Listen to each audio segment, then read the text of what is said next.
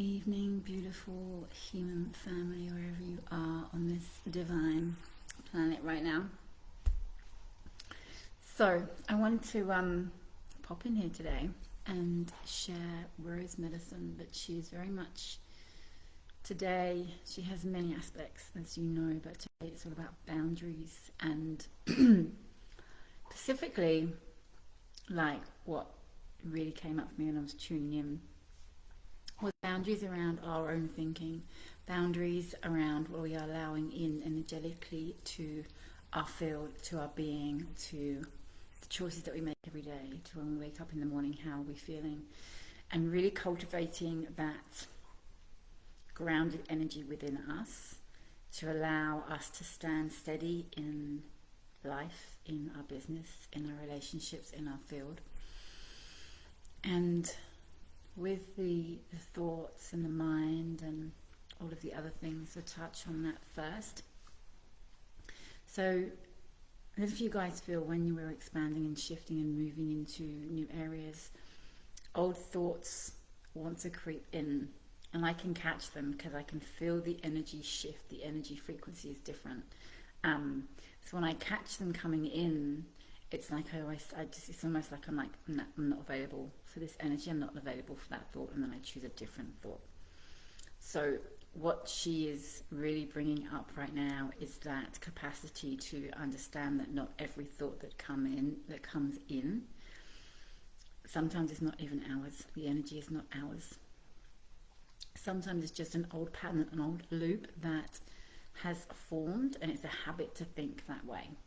So it's like, as we are shifting and growing and evolving right now, it's deciding that you're not available for that old pattern anymore. It's deciding you're not available for that old programming.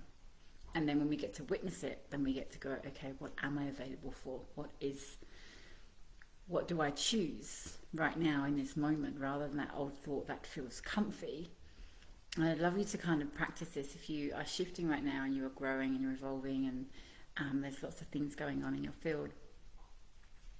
And then that old thought may pop in, maybe self-sabotage, like all of the words we can use, resistance, self-sabotage, but essentially it's just a thought that wants to keep us where we are, to keep us safe. And you can feel when we're observing, when we become like a ninja on our thoughts as we're expanding and we ask the opportunity to grow and step into, you can feel the energy shift as a thought comes in. And you're like, oh, but it feels so comfy. It's almost like an old jumper, putting an old jumper on that feels comfy and warm and like it fits you so well, rather than that new jumper that maybe initially feels a bit uncomfortable. So she's like, stay with what you're creating. Set those boundaries for yourself. Set those standards for yourself. And within that, every day you're making a choice. Every day you're making a choice to stay steadfast on your choices. And yes, they may change. We change our mind and all of the things, but ones that are for our greatest good. Ones that are leading us to remember our fullest potential. Remember why we're here. Allowing our curiosity and our focus and our groundedness and our graciousness and tenacity to keep leading us on that straight line. Well, I say straight line, it's not a straight line at all, is it? It's like this when we are choosing our soul path, when we're choosing our heart path. So I just, she was really strong this morning.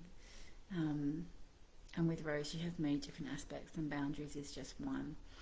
And then there's the other aspect that now she wants me to share with you is, where are we allowing other energies in that are not welcome? That we are, because we allow them in, right? If they are affecting us, we choose how we respond. We choose how we respond to these energies that are coming in. So she's like, remember your boundaries with relationships, your standards. What are they for yourself? And the video I shared, I think a couple of days ago, about seaweed medicine, about we are our own ecosystem. And yes, we have friends and family and soul family and that deep connection that we have when we're transversing this time right now, but it kind of almost melts over to this one where it's like, you know, having your boundaries is like having your own ecosystem, because then we're not allowing anyone else to pull us and shift us and sometimes maybe derail us. So it's really coming into that groundedness within ourselves, and what are our practices around that. So self-nurture, self-care right now are really important. What that looks like for each one of us is different. But allowing yourself that space to cultivate that if you haven't already, and what that might look like, and you get to question, what does that look like for me? My self-care, my self-nurture, food, rest, movement, however that feels, however that looks, being around beautiful people that nurture your soul, grounding into your body, catching your mindset. Yeah, that's it. All right, my loves, have the most amazing, beautiful day. It is Thursday, right? It's Thursday. And I'll speak to you soon. Bye, my loves. Also, any questions, hit me up.